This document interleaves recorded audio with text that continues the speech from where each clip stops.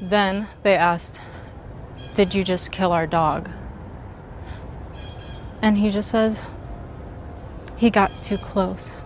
Kaufman says the man walked away and she called 911. Metro Police arrived, interviewed him, and then let him go. No charges. Just because a dog's not on a leash doesn't give anyone the right to kill a dog, kill any animal. Dogs should never be off-leash, full stop.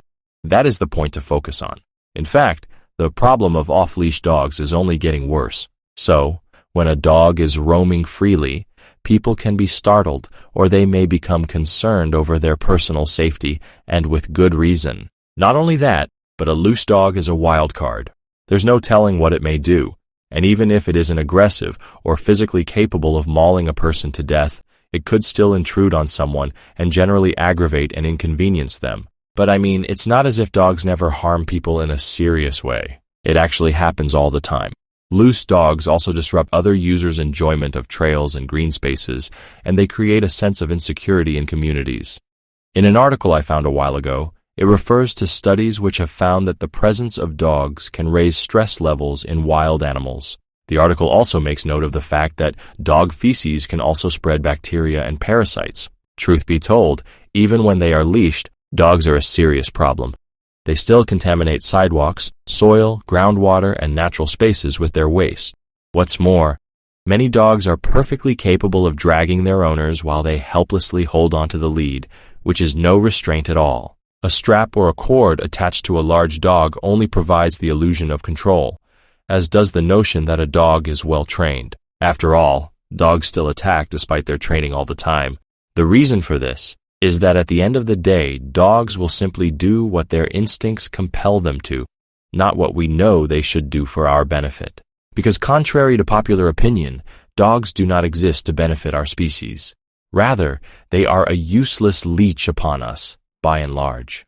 Presently, the greatest threat to children and the elderly is the fact that more and more households, as well as streets and neighborhood communities, are infested with dogs. Only dogs need to be restrained in public for our safety.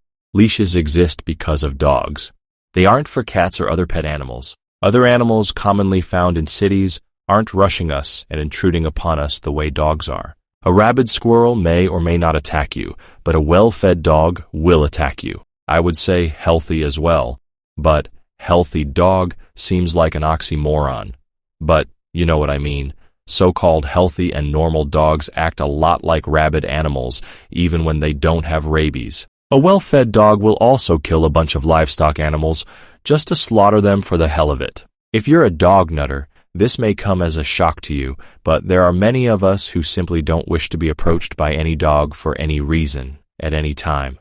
We don't care if you falsely believe your dog is saying hi. It doesn't matter if you have all the confidence in the world that your dog won't bite.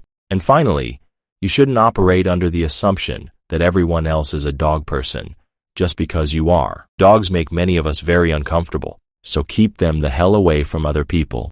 Just assume every stranger hates dogs unless they have explicitly told you they don't, and keep them restrained at all times, or better yet, don't own one, in which case, things like this won't end up happening to your dog.